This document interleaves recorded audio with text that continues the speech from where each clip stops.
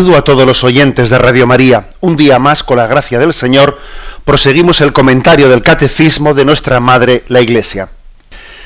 Habíamos terminado el apartado que habla de los dogmas de fe. El siguiente apartado es el sentido sobrenatural de la fe.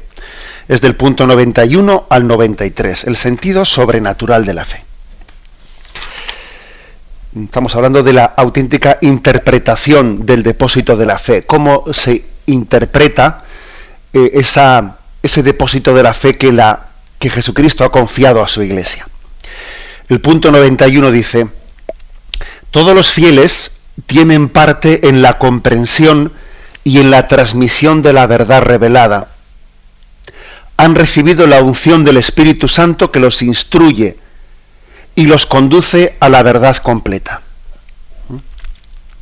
Después de haber insistido en el punto anterior que el magisterio de la Iglesia ejerce plenamente la autoridad de la enseñanza de la fe de Jesucristo, ahora no es que matice lo anterior, sino que lo completa, diciendo que todos los fieles tienen parte en la comprensión y en la transmisión de la verdad.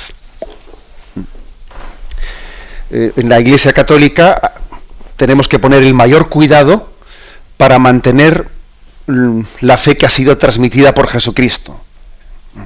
Nosotros hablamos del depósito de la fe. Recordáis que comentamos esta palabra, el depósito de la fe. El depósito es lo que nos ha sido confiado, que no lo hemos inventado nosotros, no somos nosotros los que lo hemos encontrado. No, se nos ha entregado, se nos ha confiado. Lo hemos recibido, no lo hemos inventado. No es el fruto de nuestro ingenio personal, ni tampoco está reservado para uso privado. No, pertenece a la Iglesia entera. No salió de mí, vino a nosotros. Por lo tanto, yo no puedo comportarme como si yo fuera el autor de la fe, sino tengo que comportarme como si fuese un custodio. No soy yo quien lo ha iniciado, soy un discípulo. No me corresponderá a mí dirigirlo, sino seguirlo. Seguirlo. Este tipo de actitudes básicas, ¿no?, de todo cristiano ante la fe, se pueden aplicar a todo el mundo. Esto que he dicho yo de que no soy yo el que lo he iniciado, soy discípulo, no me corresponde a mí ni inventarlo, ni siquiera dirigirlo, sino que me corresponde seguirlo fielmente, ¿no? Esto se puede aplicar a todo el mundo, ¿no? Pero es verdad que dentro de la Iglesia, pues el oficio de interpretar auténticamente la palabra de Dios se le ha encomendado al magisterio de la Iglesia, el cual lo ejercita en nombre de Jesucristo. Bien entendido que el magisterio de los obispos no está por encima de la palabra de Dios, sino que está a su servicio para enseñar lo transmitido. Bueno, partimos de ahí, pero hoy queremos dar un paso más. Y el paso siguiente, ¿no?, que nos da aquí el catecismo es: ojo, no extraigamos de aquí una equivocada consecuencia, como si hubiese dos maneras, ¿no?, de comprender y de acoger ese depósito de la fe, una activa y otra pasiva. La activa sería la del magisterio, la de los obispos, y la pasiva sería la de los fieles, ¿no? Entonces, una mala conclusión de ese principio de creer en el magisterio de la Iglesia, que Jesucristo lo ha encomendado a los apóstoles, etcétera, sería, bueno, pues estos tienen la función activa, mientras que el conjunto del pueblo de Dios, bueno, pues tiene la pasiva. No es verdad eso. Aquí se dice: todos los fieles tienen parte en la comprensión y en la transmisión de la verdad revelada. Bueno, aquí siempre se puede caer en riesgos, ¿no? Por una parte existe el riesgo protestante de la libre interpretación de la palabra de Dios, la libre interpretación de la revelación. Entonces, bueno, pues verdaderamente ese es un riesgo de subjetividad, es un riesgo de de relativismo, es un riesgo de que sea nuestra ideología y nuestra sensibilidad la que interprete, juzgue lo que Dios ha transmitido, y al final es cada uno de nosotros, cuando dice Lutero, él cree en la libre interpretación de la palabra de Dios y de la revelación. Claro, no sé si Lutero se da cuenta, pero está de alguna manera poniendo nuestro yo por encima de. Lo está haciendo, inevitablemente lo está haciendo.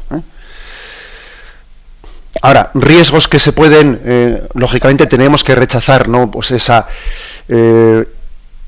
falsa doctrina de la libre interpretación de la palabra de Dios, pero ojo, que también existen riesgos por el lado contrario. Y los riesgos por el lado contrario, pues puede ser el pensar que, bueno, los laicos tienen pues una función pasiva en la recepción de la palabra de Dios, y los profesionales, pues son los obispos, son los sacerdotes, son los que tienen acceso directo, ¿no?, a la palabra de Dios, y por lo tanto nosotros somos más bien como, pues digamos, como clientes de esa recepción de la palabra de Dios. Incluso no tenemos pues la capacidad de interpretarla directamente, luego no accedemos directamente a las fuentes de la revelación, a la palabra de Dios. El acceso directo se lo dejamos en manos de los responsables, y entonces, bueno, pues a nosotros que nos lo expliquen, pues mediante algún tipo de pedagogía, pues como puede ser la historia de la salvación, o etcétera, pero ni siquiera nosotros vamos a leer directamente la palabra de Dios. Incluso la palabra de Dios pueden no traducirse a las lenguas vernáculas para que así no se confunda la gente que no tiene capacidad de interpretarla bien, que quede la palabra de Dios únicamente pues en los idiomas originales, pues del latín o el griego o el hebreo, y que lo lean los expertos y a nosotros que nos lo expliquen. Esto obviamente es el riesgo contrario. Es el riesgo contrario. Si un riesgo es el de la libre interpretación de la palabra de Dios, pero el peligro, también otro peligro podría ser el sentido de que nosotros nos consideremos, bueno, pues meramente pues unos testigos pasivos, y que no tengamos acceso directo a esa palabra de Dios y no permitamos que el Espíritu también obre en nosotros. Aquí se nos han ofrecido dos textos de la primera carta de Juan y del Evangelio de San Juan. Y la primera carta de Juan dice: en cuanto a vosotros, estáis ungidos por el Santo, y todos vosotros lo sabéis. Estamos ungidos por el Espíritu Santo. Y en cuanto a vosotros, la unción que de Él habéis recibido permanece en vosotros, y no necesitáis que nadie os enseñe. Pero como su unción os enseña acerca de todas las cosas, y es verdadera y no mentirosa, según os enseño, permaneced en Él. Estamos hablando, por lo tanto, de que existe una unción del Espíritu Santo a cada uno de los seguidores de Cristo, a cada uno de los bautizados. Bueno, incluso dice un término que podría ser también equívoco si lo interpretásemos literalmente, ¿no? La unción que de Él habéis recibido permanece en vosotros, y no necesitáis que nadie os enseñe. Hombre, si interpretásemos literalmente esta frase, podríamos organizar un equívoco. Claro que necesitamos que nos enseñe, por eso que los apóstoles nos enseñen, por eso Jesús les dijo: id por todo el mundo proclamando el Evangelio, enseñando a todas las... Siempre los textos de la palabra de Dios hay que tener cuidado de interpretarlos en una literalidad que se opongan unos a los otros. Si Jesús dijo: id por todo el mundo enseñando, ahora no podemos interpretar esto de la primera carta de Juan: y no necesitáis que nadie os enseñe. Hombre, se está refiriendo a que no aferrarnos a la enseñanza de los apóstoles, sino diciendo, tú mismo no estés esperando con los brazos cruzados a que los apóstoles te enseñen. Tú mismo acoge la palabra de Dios y deja que el Espíritu obre en ti. También la fecundidad que esa palabra de Dios tiene que tener, deja que el Espíritu Santo te hable a través de esa palabra de Dios que acoges. Bueno. Juan 16:13 dice: cuando venga Él, el Espíritu de la verdad, os guiará hasta la verdad completa, pues no hablará por su cuenta, sino que hablará lo que oiga y os anunciará lo que ha de venir. Es decir, que existe una promesa de que el Espíritu Santo va a venir a nosotros y va a haber un crecimiento en la comprensión de la palabra de Dios. El famoso texto de Santa Teresa de Jesús que dice que ella ha ido por experiencia comprendiendo que la palabra de Dios tiene 1000 significados y que cada vez que él se acerca a leer la palabra de Dios y el Espíritu le ilumina, pues un sentido diferente, un sentido novedoso en la comprensión de la palabra. O sea, el Espíritu Santo os guiará a la verdad completa. Por lo tanto, digamos que la comprensión que tenemos todos nosotros en la acogida y en la interpretación de la revelación de Dios no es meramente pasiva, sino que es también activa. Fijaros, en un momento determinado se utilizaron mucho unos términos que ahora pues, bueno, han quedado más en desuso. Unos términos se utilizaban en la teología que venía a decir que existe como dos formas de magisterio, ¿no? El magisterio, o dos funciones, el docente y discente, ¿no? Docente es el que enseña y discente es el que acoge pasivamente las enseñanzas, ¿no? Entonces, docente sería el de los obispos, el de los sacerdotes, y discente sería el de los fieles, no el de los laicos. Bueno, claro que todo también se puede interpretar correctamente estos términos, por supuesto, ¿no? Si es que al final también los términos depende de con qué espíritu los utilicemos, pues pueden ser aplicables o no. Pero fijaros, estos dos términos, el hecho de que el magisterio de la Iglesia sea docente y los fieles meramente tengan una función discente, o sea, de alumno acogedor, han entrado en desuso porque es que entendemos que los que tenemos la función magisterial de enseñar al pueblo de Dios, tenemos que estar al mismo tiempo siendo alumnos. O sea, uno no tiene que perder su condición de alumno y de discípulo para empezar a enseñar la palabra de Dios. Aquí hay que compaginar la función de maestro y discípulo. Hay que compaginarla continuamente. Y lo mismo por lo que a los laicos se refiere. Una prueba de que un laico es un buen discípulo de las enseñanzas de Cristo es que al mismo tiempo comienza a ser también maestro. Ser pastor y ser oveja, es verdad que existen pues también, digamos, encomiendas en las que específicamente pues a uno se le pide ser pastor de un pueblo, etcétera, pero no se trata de que alguien dimita de lo anterior para empezar a ser pastor, no. Aquí compaginamos la función de pastor y oveja y también tenemos todos que compaginar la función de ser maestro y discípulo. Por lo tanto, no hagamos una caricatura de decir iglesia que enseña e iglesia que aprende. No. Claro que existe específicamente, ¿no? La interpretación autorizada de la palabra de Dios, que es el magisterio de la Iglesia, pero al mismo tiempo, todo el pueblo de Dios tiene esa tarea encomendada de recibir la palabra de Dios, interpretarla. Fijaros desde aquí, vuelvo a leerles ese texto, ¿no? Todos los fieles tienen parte en la comprensión y en la transmisión de la verdad revelada. Han recibido la unción del Espíritu Santo, que los instruye y los conduce a la verdad completa. Por eso se dice que la expresión más perfecta de la comprensión de la palabra de Dios, de la revelación, la han realizado los santos. Los santos son la explicación más perfecta del sentido de la palabra de Dios y del sentido de la revelación. ¿Tú quieres interpretar bien lo que Dios reveló? Acércate a los santos. Y en ellos verás como una realización, no teórica, sino vital, de cuál es el significado de la palabra de Dios. Eso no quiere decir que los santos no hayan necesitado de los obispos y del magisterio de la Iglesia. Claro que los han necesitado. O sea, no podemos decir, a ver, existe como dos formas de acoger la palabra de Dios. la teórica magisterial, ¿no?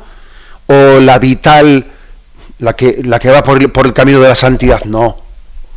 Como siempre os digo, no opongamos cosas. Los santos han necesitado del magisterio de los obispos para también no engañarse y no permitir que la tentación también a ellos les confunda, ¿eh?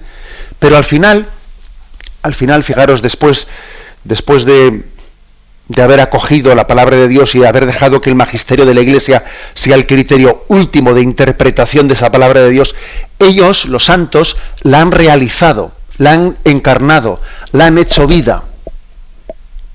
La han hecho vida. Es algo muy, muy importante. Se dice que en la Iglesia hay como dos perfiles. El perfil petrino, de San Pedro, y el perfil mariano, el de María. El perfil petrino es el perfil magisterial. Es decir, la Iglesia tiene pues un alma magisterial que Jesús ha encomendado a Pedro y a los apóstoles para interpretar y para predicar la palabra de Dios. Y hay otro perfil, que es el perfil mariano, de los que no han recibido, ¿no?, el sacramento del orden, cuya alma más específica, también por supuesto tienen que ser predicadores, cada uno en la vocación que Dios le ha dado, ¿no?, pero cuya alma más específica es la de la encarnación de esa palabra y hacer la vida. Es decir, es el caso de María. El caso de María. María fue predicadora de la palabra de Dios. Hombre, como todo cristiano, como todo seguidor de Jesucristo. Seguro que ella en su entorno no podía por menos de ser testigo de esa palabra que se había encarnado en su seno. Pero, fijaros, la forma más perfecta, ¿no?, cumbre que tuvo María de ser discípulo de la palabra fue su propia santidad, su propia vida. Su propia vida. Por eso en la Iglesia hay dos perfiles, dos maneras de ser discípulo y maestro de la palabra. Una es la enseñanza magisterial y otra es la de la realización en la propia vida, en la propia santidad. Bien es cierto que estas dos cosas no debemos de separarlas nunca. Que el auténtico teólogo, el auténtico obispo, es el que es santo también al mismo tiempo, el que es santo. Y el auténtico santo es también el que es testigo de la palabra, es maestro de la palabra, es catequista, el que no se guarda la palabra para sí, el que la difunde, etc. Bien, como veis, en este punto primero que estamos comentando, se hace pues unas matizaciones importantes, porque es verdad que dentro de la Iglesia hay vocaciones especiales, pero no hasta el punto de pensar, ¿no?, que exista como una frontera, una línea en la que uno es meramente receptor y no es transmisor. Se hace, pues, por lo tanto, esta visión de conjunto. Todos los fieles hemos recibido la vocación de la comprensión y de la transmisión de la verdad revelada. Tenemos un momento de reflexión y continuaremos enseguida. Programa Catecismo de la Iglesia Católica con Monseñor José Ignacio Munilla. Continuamos con este apartado que dice el sentido sobrenatural de la fe y pasamos al punto 92. Dice aquí: la totalidad de los fieles no puede equivocarse en la fe. Se manifiesta esta propiedad suya tan peculiar en el sentido sobrenatural de la fe de todo el pueblo, cuando desde los obispos hasta el último de los laicos cristianos muestran estar totalmente de acuerdo en cuestiones de fe y de moral. Esto viene aquí, Lumen Gentium, número 12. Es decir, que también existe una asistencia del Espíritu Santo al conjunto de los fieles para que su acto de fe sea infalible. Aquí hay esto de la infalibilidad, que alguno a veces interpreta como si esto de la infalibilidad fuese una cuestión, una manifestación de soberbia, de creernos seguros de nosotros mismos. Fíjate, nos creemos infalibles, se creen infalibles, ¿no? Esa palabra muchas veces es interpretada de una manera negativa, como si fuese una imagen de... Claro, esto es que os voy a decir yo, no es un auténtico pecado mortal contra el dogma del relativismo. Hoy en día se piensa que todo es relativo, que cada uno se hace la verdad a su medida. Y fíjate, y luego va a la Iglesia Católica y habla del principio de infalibilidad. Bueno, es que es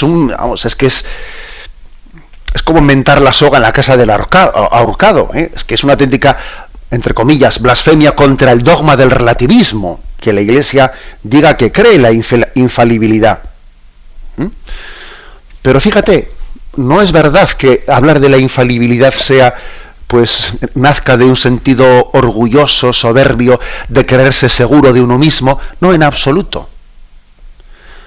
Creer en la infalibilidad, en el fondo, es la consecuencia de creer en ese Cristo que cuida de su Iglesia, que entrega su vida por ella.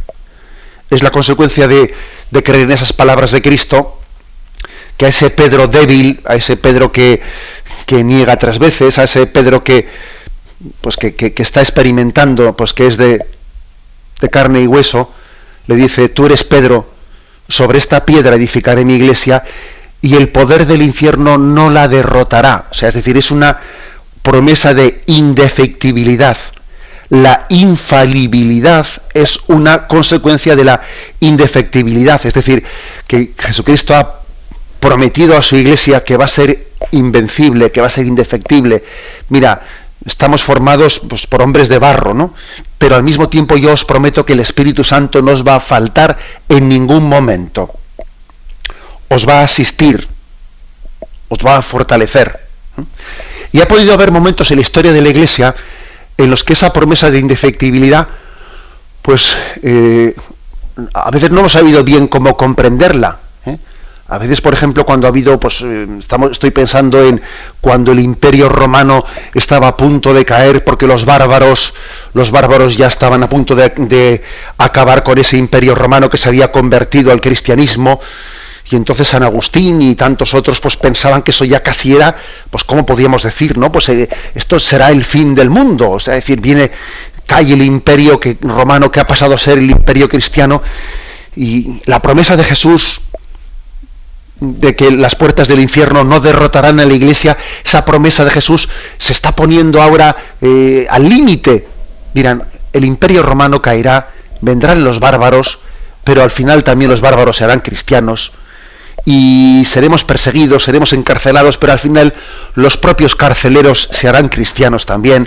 Es decir, a veces nosotros hemos interpretado la promesa de la indefectibilidad pues de una manera equivocada, pues pensando que, pero como si el Imperio Romano se ha hecho cristiano, pues tiene que ser para siempre. Pues no, caerá. Y fíjate, cuando hubo aquella famosa guerra para defender los estados pontificios, ¿no? Y Garibaldi pues iba venciéndole al Papa, y cada vez los estados pontificios en Italia iban siendo más pequeños, hasta que quedaron reducidos pues a esta expresión mínima que es el Vaticano, ¿no? Y el Papa quedó como un exiliado dentro de aquel. Alguno, pues a veces nosotros, por nuestra falta de confianza y de fe, pues alguno igual pudo pensar, ¿qué va a ocurrir de aquella promesa de indefectibilidad que hizo Jesús a Pedro? Las puertas del infierno no podrán contra la Iglesia. Pues no, mira, hemos ido aprendiendo también que no se trataba de que nosotros tuviésemos que tener unos estados pontificios o que el Imperio Romano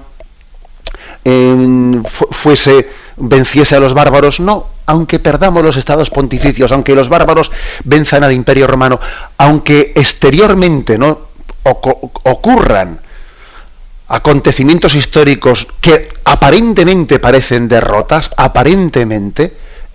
esa promesa de indefectibilidad continúa entre nosotros. El Espíritu Santo conduce a su Iglesia, la lleva adelante, y las puertas del infierno no la derrotarán. Nos derriban, pero no nos rematan. Llevamos un tesoro en vasijas de barro, pero lo que es impresionante es que la vasija de barro, que parece que se hace añicos por todos los lados, sin embargo, es capaz de reverdecer y de volver a reflejarse, reencarnarse en situaciones bien distintas, ¿no? Esa es la promesa, es la promesa de indefectibilidad. Por eso la palabra infalibilidad no tenemos que entenderla nunca como una palabra expresión de orgullo y de seguridad en nosotros mismos. no es cuestión de soberbia, sino que es cuestión de todo lo contrario, de humildad, de decir, Jesús no nos deja de su mano. Unidos a Él estamos seguros. Él no deja que nos equivoquemos. Él no deja que su doctrina se corrompa en nuestras manos. Al final la indefectibilidad pues no garantiza el triunfo en las guerras o en el poder. La indefectibilidad lo que garantiza es la infalibilidad en la fe, en la enseñanza y en el aprendizaje de la fe y de las costumbres, en la fe y en la moral. En eso se traduce la promesa de Jesús: tú eres Pedro, sobre esta piedra edificaré mi iglesia, y el poder del infierno no la derrotará. Os daré el Espíritu Santo para que lleve a su término la comprensión de la palabra. Hemos ido aprendiendo pues qué significa esa protección de Cristo sobre su iglesia. Bueno, pues como veis, aquí se expresa algo importante, y es que esa promesa de infalibilidad que se desprende de la indefectibilidad, ¿no? de ser invencible, las puertas del infierno no la derrotarán, también se refleja no solo al conjunto de los apóstoles, sino en el pueblo de Dios mismo.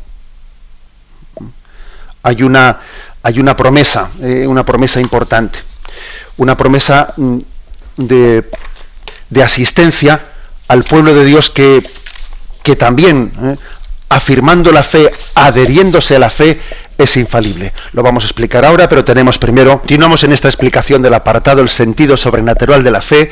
En el punto 92, anterior hemos hablado de cómo la totalidad de los fieles tienen también una infalibilidad, no pueden equivocarse en la fe. Ellos, al mismo tiempo que los obispos son asistidos en esa proclamación de la palabra de Dios, en esa transmisión de la revelación, en esa custodia y transmisión de la fe, también la totalidad de los fieles es asistida en ese acto de ser discípulo y en ese acto también de transmisión de la palabra de Dios. Decíamos que esa indefectibilidad de la Iglesia, que está prometida por Cristo tras la confesión de San Pedro en Cesarea de Filipo: tú eres Pedro, sobre esta piedra edificaré mi iglesia y el poder del infierno no la derrotará, significa que la Iglesia será siempre Iglesia, que permanecerá en su ser y en su esencia. Y esto también incluye que la fe apostólica será siempre la fe apostólica, que está garantizada por el Espíritu de verdad, que Cristo nos prometió. Que la revelación será siempre íntegra, que estará garantizada, ¿no?, por la acción del Espíritu Santo. O sea, que la Iglesia es infalible al creer y al profesar la fe. Dios mismo, que es infalible, ha querido dotar a su pueblo, que es la Iglesia, de una infalibilidad participada. Bien, es verdad que esa infalibilidad no es en todo, sino que está circunscrita a la fe y a las costumbres. Es decir, que por ejemplo que la Iglesia, ni los obispos, ni tampoco los fieles, pues somos infalibles en cuestiones de gobierno, que podemos equivocarnos, y lo hacemos de hecho, ¿no? Pues en el gobierno de la Iglesia, etcétera. Que esa asistencia del Espíritu Santo está circunscrita a la fe, a la conservación del depósito de la fe y a la transmisión. A la fe y a las costumbres. Nosotros igual hemos podido tener la tentación de pensar que esa infalibilidad pues puede extenderse en otro tipo de cuestiones, pero no, se circunscribe al tema de la fe y de las costumbres. Existen 3 manifestaciones de la infalibilidad magisterial. De la magisterial, me refiero a la de los pastores, que son las definiciones de los concilios ecuménicos, cuando en un concilio ecuménico ha habido una definición, que por ejemplo no es el caso del Concilio Vaticano II, porque el Concilio Vaticano II no quiso definir materias de fe, sino que fue un concilio, pues bueno, sí doctrinal, también pastoral, pero que excluyó la definición de temas, ¿no? O sea que digamos que el Concilio Vaticano II no quiso explícitamente recurrir a una definición de carácter infalible. La definición de los concilios ecuménicos, las definiciones ex cátedra del pontífice romano y las enseñanzas del magisterio ordinario universal. O sea, son tres formas de vivir la infalibilidad por parte del magisterio. Las definiciones de los concilios ecuménicos,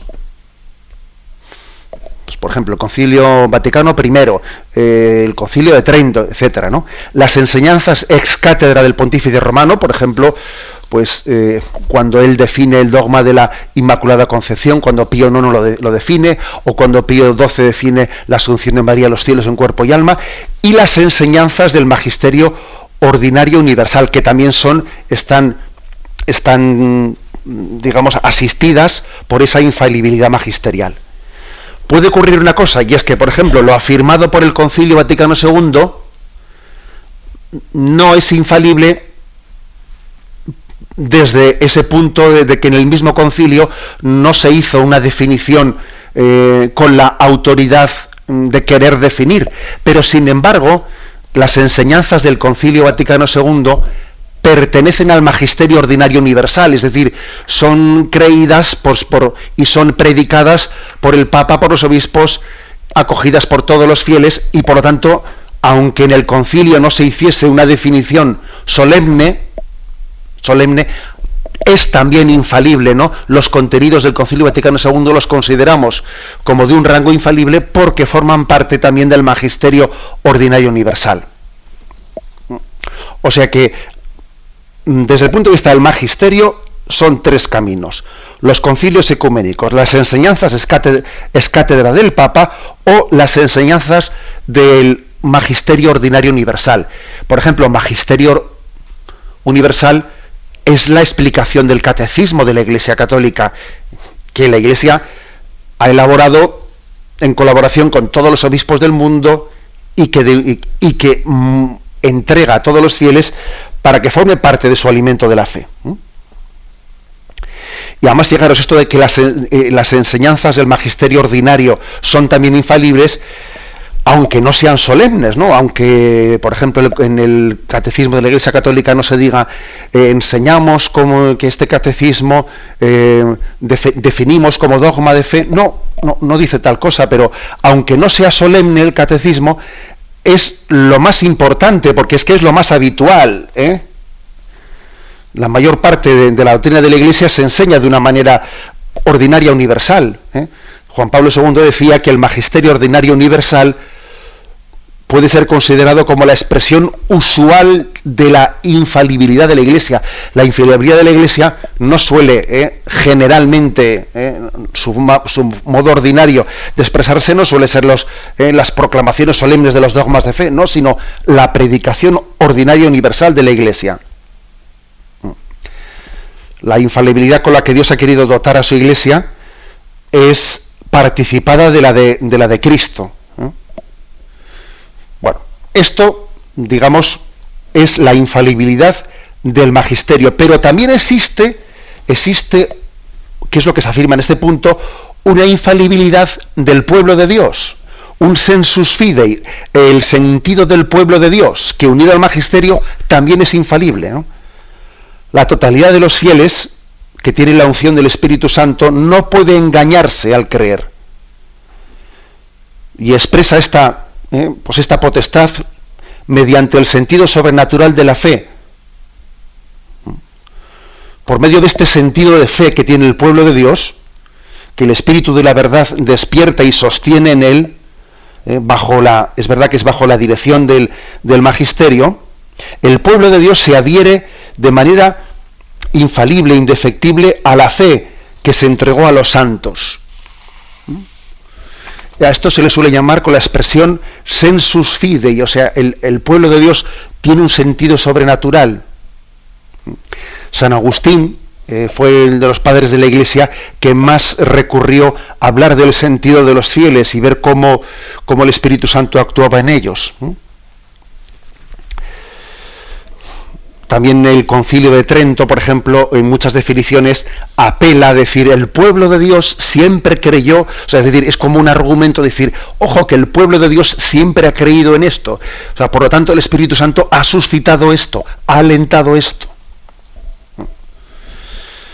Con esta expresión, el sentido de la fe, se habla de la capacidad del creyente no solo de creer lo que la Iglesia le explica, sino también de discernir, como por un instinto, aquello que concuerda con la fe y lo que no concuerda con la fe. O sea, es decir, como que el pueblo de Dios, el pueblo que es fiel, devoto, creyente, practicante, tiene como una connaturalidad con los misterios de la fe. Y tiene el instinto para decir, esto no es la fe que me han explicado, esta sí es la fe que me han explicado. Es verdad que también se le puede malear, ¿no?, a una parte importante de ese pueblo, pero al conjunto del pueblo de Dios no se le podrá malear.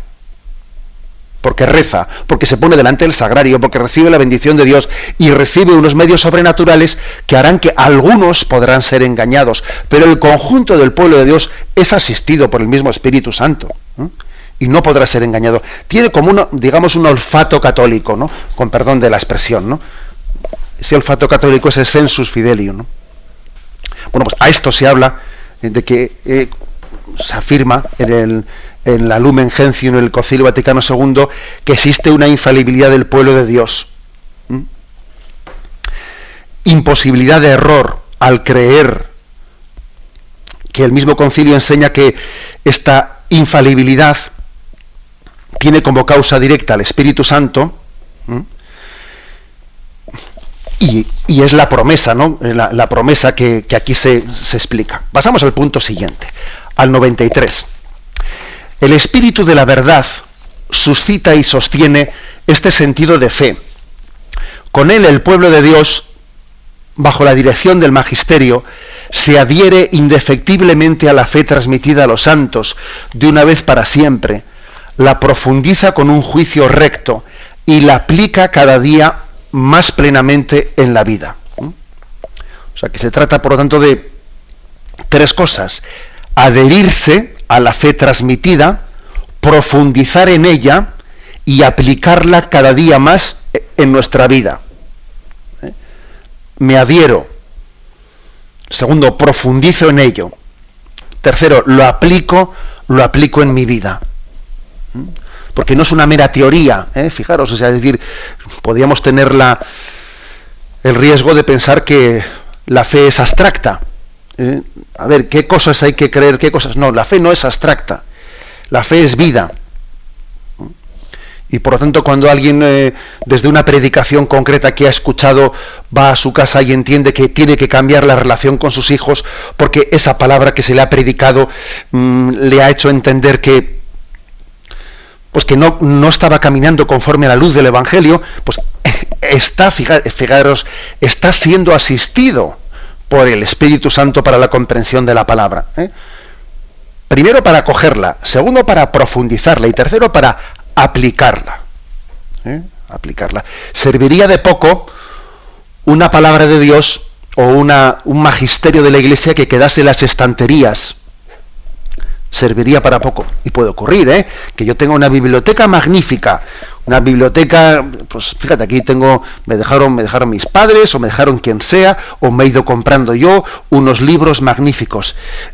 Vamos a ver que ese magisterio de la Iglesia, mientras se quede en las estanterías, mientras que no se encarne, mientras que no se aplique en tu vida, mientras que no suscite en ti un deseo de santidad, todavía no ha sido bien recibido.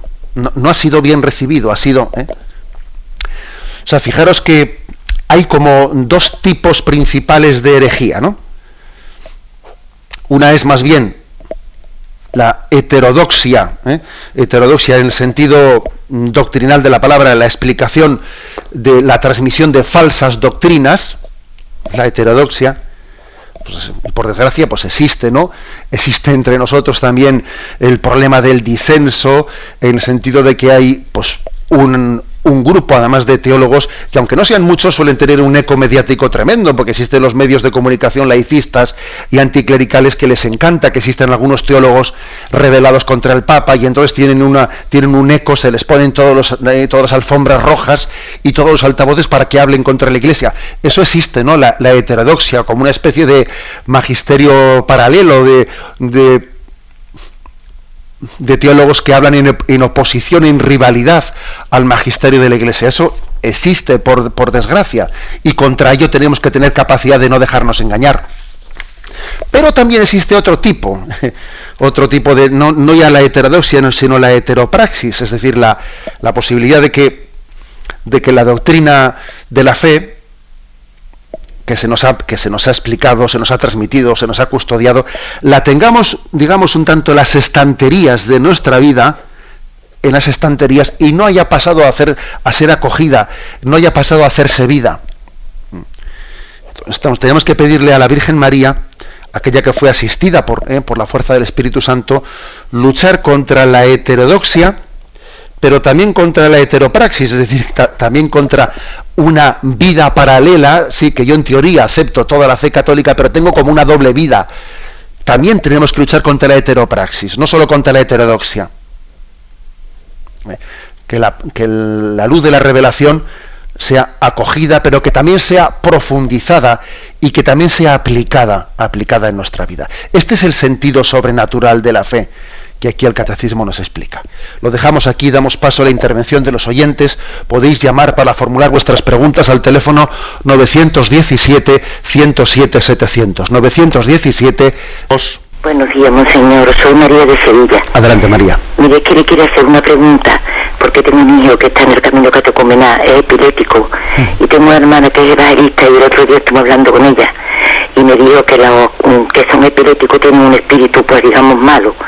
Entonces pues tengo mucha angustia y muchas cosas, porque pues no sé, porque yo verdaderamente digo como San Pablo, yo sé muy bien de que me fui de mi iglesia católica, pero me ha puesto un poquito el espíritu contrito, y de verdad digo, pues voy a llamar al monseñor que me aclare esto, por favor. Que Dios le bendiga, monseñor, por lo bien que hace usted con todos nosotros. Muchas gracias. Bien, gracias a usted.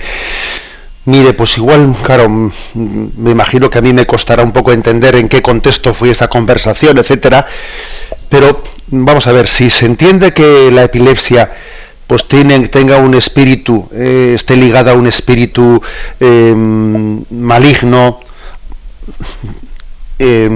pues por el hecho de que la epilepsia tenga algunas manifestaciones externas que pueda alguno haber confundido con una posesión diabólica, etcétera, etcétera, eso hay que excluirlo y hay que rechazarlo totalmente.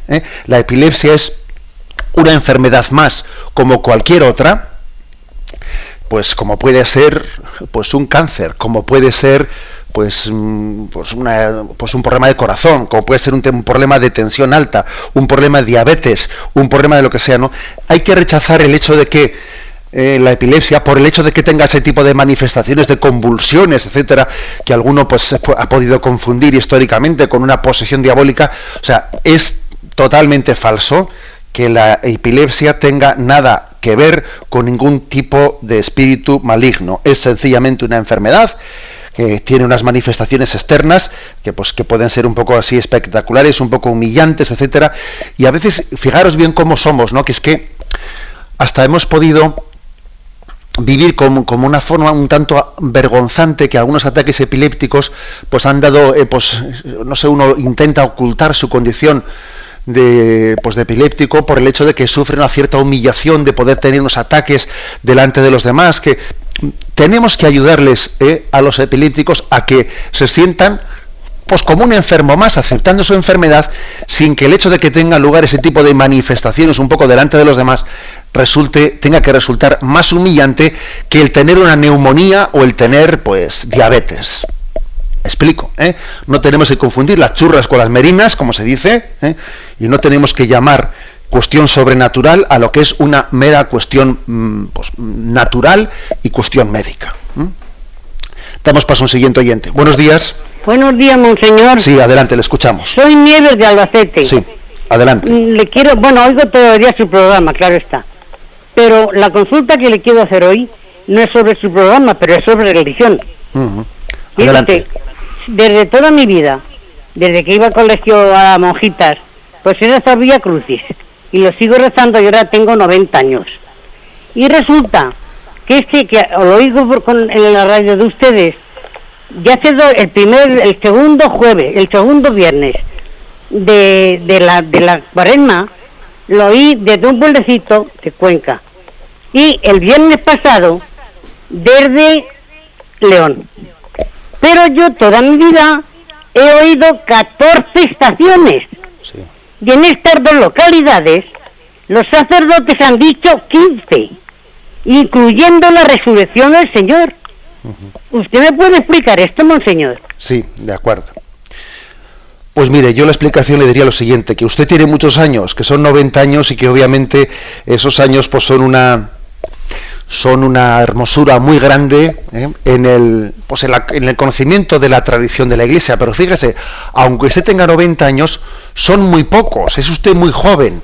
Es usted muy joven en la tradición de la Iglesia. Entonces el Vía Crucis no es una devoción que lleve 2000 años en la historia de la Iglesia, en absoluto.